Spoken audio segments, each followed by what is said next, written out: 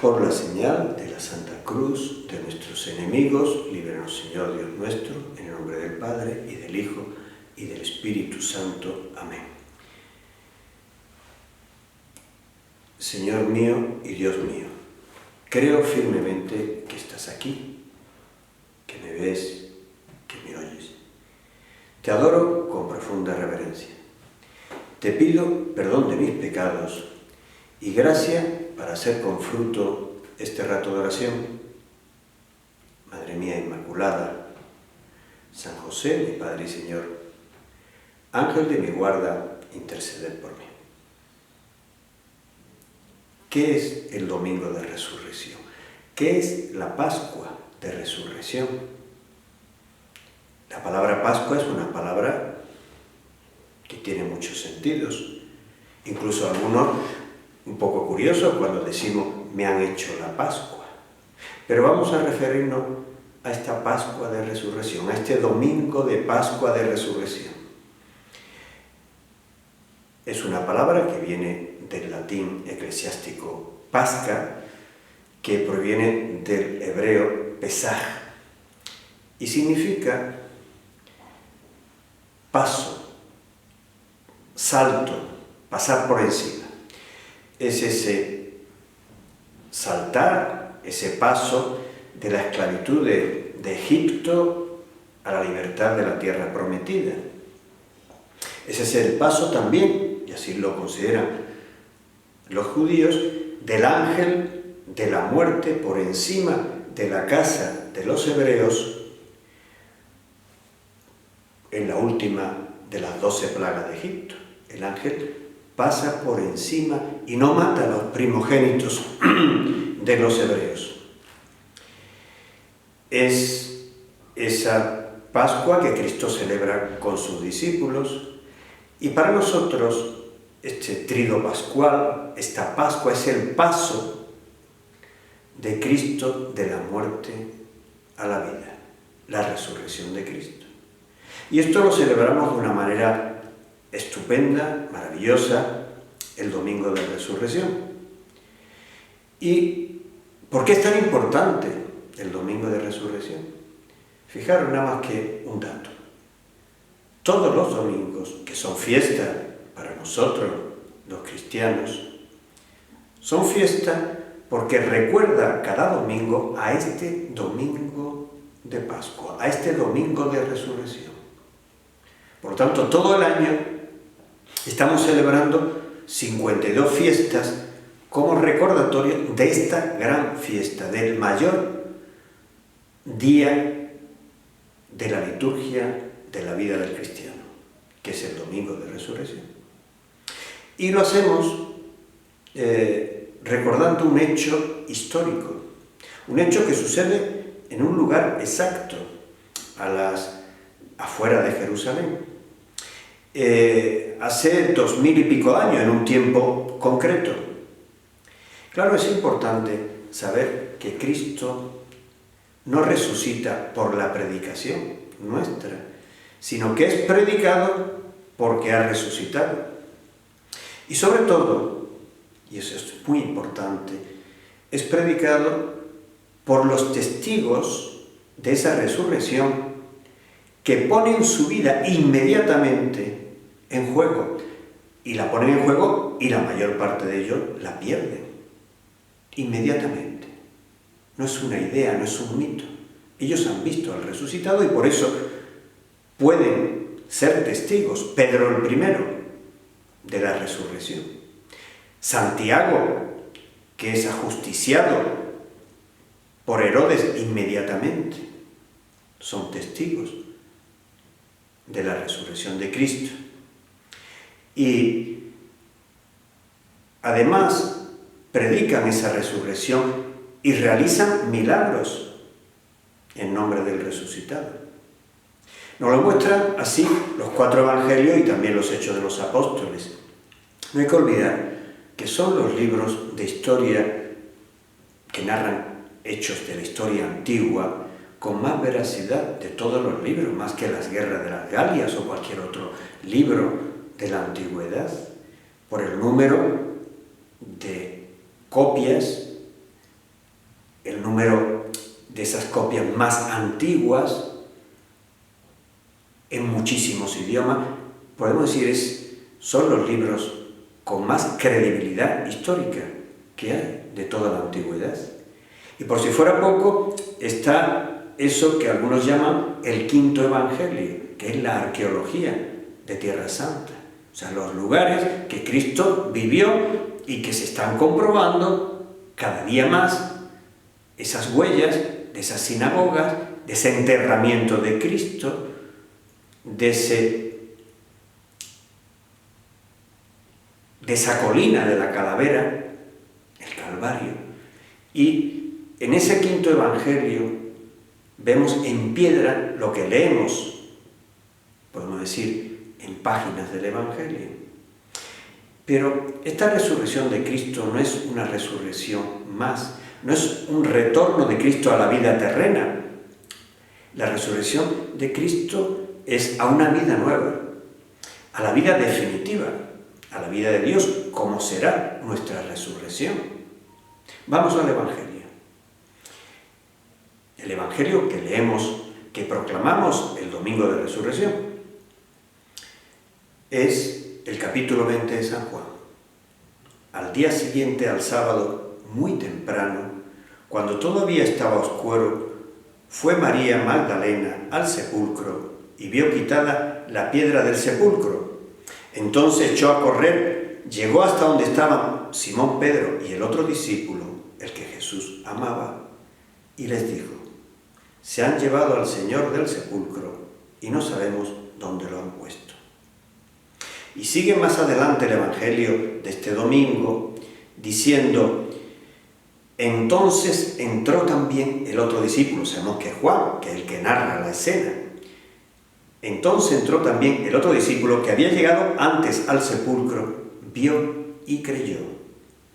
No entendían aún la Escritura, según la cual era preciso que resucitara de entre los muertos. Se encuentra, digamos, los discípulos con una fe muy escasa y podemos decir muy equivocada. No querían creer ese hecho, porque habían visto, Juan especialmente, esa muerte ignominiosa de Cristo y que a los 3 días, el domingo, hubiera resucitado, le resultaba muy difícil de creer. Vio y creyó. Para Juan, para los apóstoles, esa tumba vacía era un signo esencial. Fue más esencial el encontrarse con las distintas apariciones que luego Cristo iba haciendo entre su resurrección y la ascensión al cielo. Eso fue fundamental. Pero volvemos a ese quinto evangelio. Está esa tumba vacía, que los cristianos tuvieron desde siempre con una especial reverencia, pero el Imperio Romano, y concretamente el emperador Adriano, arrasó Jerusalén en la primera mitad del siglo II, y con ello arrasó también, digamos, el lugar donde Cristo había resucitado. Pero lo arrasó, pero plantando un templo pagano encima, lo cual permitió al poco tiempo a los arquitectos del emperador Constantino aislar esa tumba de Cristo, y a partir de ese momento ha sido un lugar con muchas vicisitudes históricas, con muchas destrucciones, con muchas invasiones, pero siempre está ese lugar en el que Cristo resucitó, muy cercano al Calvario, tan cercano que ahora mismo ambos lugares están metidos dentro de una gran basílica. Y nos preguntamos, bien, Cristo resucita, hecho histórico incontrovertible, pero ¿eso en qué me afecta a mí? Al cabo de 21 siglos y de 3.000 o 4.000 kilómetros de distancia, ¿eso me puede afectar a mí? Vamos a ver la clave, la respuesta a esa pregunta. ¿Por qué me afecta o si me afecta a mí la resurrección de Cristo? Vamos unas páginas anteriores del Evangelio, en concreto el capítulo 11 de San Juan también, donde se produce ese hecho de la resurrección de Lázaro. Cristo llega, Cristo llora por Lázaro al que quería, y Marta la hermana de Lázaro, le sale al encuentro. Y hay un diálogo preciosísimo entre Cristo y Marta, un diálogo de una profundidad teológica, de un cariño, de una fe maravillosa. Conviene estos días volver a ese capítulo 11 de San Juan, porque está relacionado con la resurrección de Cristo, la resurrección de Lázaro y la resurrección de Cristo. Al final de ese diálogo maravilloso de Marta dolorida, como hermana que era por la muerte de Lázaro, ya llevaba varios días muerto, Cristo le dice de una manera clarísima, y así lo recoge San Juan: yo soy la resurrección y la vida. Vaya que sí me afecta la resurrección de Cristo, porque Cristo dice: yo soy la vida, no una vida, yo soy la vida. Por lo tanto, si nosotros tenemos vida, o vamos a tener vida verdadera, no vida biológica que se nos acabará en más o menos años, por lo tanto que es una apariencia de vida, sino la vida eterna de Cristo. La vida eterna es Cristo. Yo soy la vida. Y dice también: yo soy la resurrección. No dice: tú vas a volver a resucitar y vas a tener el mismo cuerpo, con los mismos problemas, las mismas enfermedades, los mismos hipotecas, las mismas dolores. No. Yo soy la resurrección. El Papa Benedicto XVI, hablando de ese momento en que nosotros moriremos, en el que estamos entre la ascensión de Cristo al cielo y el juicio final, y nos dice lo siguiente: si cuando una persona muere, el cuerpo queda en la tierra, el alma sube. Y nos dice Benedicto: porque después de la ascensión de Cristo ya no existe el problema del alma sin cuerpo. El cuerpo de Cristo es el nuevo cielo, desde ahora abierto para siempre. Si nosotros mismos nos transformamos en miembros del cuerpo de Cristo, entonces nuestras almas están sujetas a ese cuerpo, que se convierte en cuerpo de ellas. Y así están sujetas al cuerpo de Cristo. Y así están a la espera de la resurrección definitiva, en la que Dios será todo en todos. Es decir, Cristo es la resurrección. Cristo es nuestra esperanza. Cristo resucitado.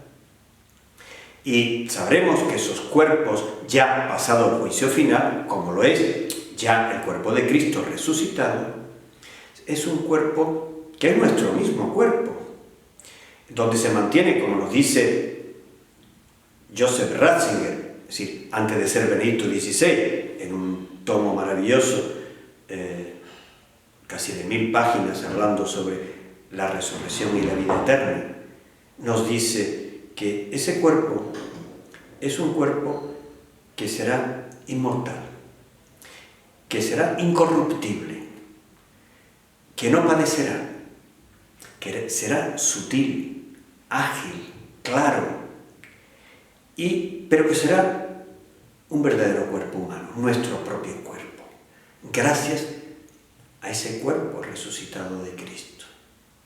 Ese cuerpo que además, y lo hemos contemplado muchas veces, presenta a los apóstoles esas llagas, esas heridas, cuando siempre los teólogos dicen que el cuerpo resucitado, nuestro cuerpo cuando resucite, digamos en el juicio final, no tendrá esas imperfecciones.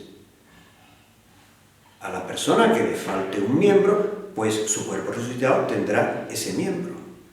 Y en cambio, ¿cómo es que Cristo presenta esa imperfección, que son las llagas de sus manos, de su costado, de sus pies?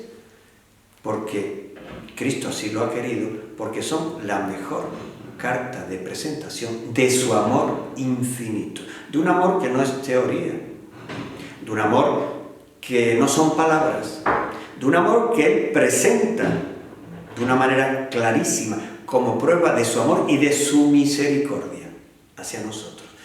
Por eso Cristo ha querido conservar esas llagas en su cuerpo resucitado. Por eso nosotros besamos esas llagas tantas veces en la piedad popular ante un Cristo que se hace un besamanos, un besapiés, porque esas llagas son la prueba física, fehaciente, clara de la misericordia, del amor de Cristo. Yo soy la resurrección. Esa es la respuesta a una pregunta que en estos días de pandemia, en estos días duros, difíciles, nos hacemos. Porque inmediatamente, ante cualquier evento, nos preguntamos, ¿y esto cuándo acaba? ¿Y qué pasará la semana que viene? ¿Y el mes que viene? Y nos podemos preguntar, ¿hacia dónde vamos?